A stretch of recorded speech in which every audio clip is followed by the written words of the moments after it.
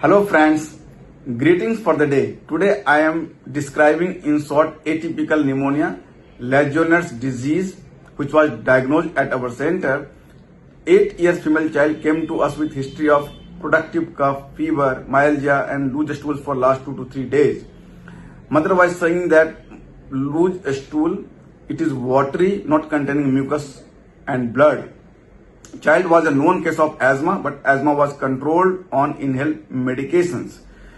On examination, child was febrile, 101 degree Fahrenheit temperature, vitals were normal. On chest auscultation, there were bilateral crackles over inframammary region and interscapular regions. On examination, there was leukocytosis, CRP was raised, ESR was normal, and chest X-ray revealed infiltrates bilaterally in the lower zone. Ceftriaxone was started as usual, but child did not respond. Then bronchoscopy was planned and bronchoalveolar was sent for examination. On examination of bowel, there was growth on the charcoal agar medium and gram staining revealed gram negative rods. And on this basis, child was diagnosed as a case of Legionnaire's disease.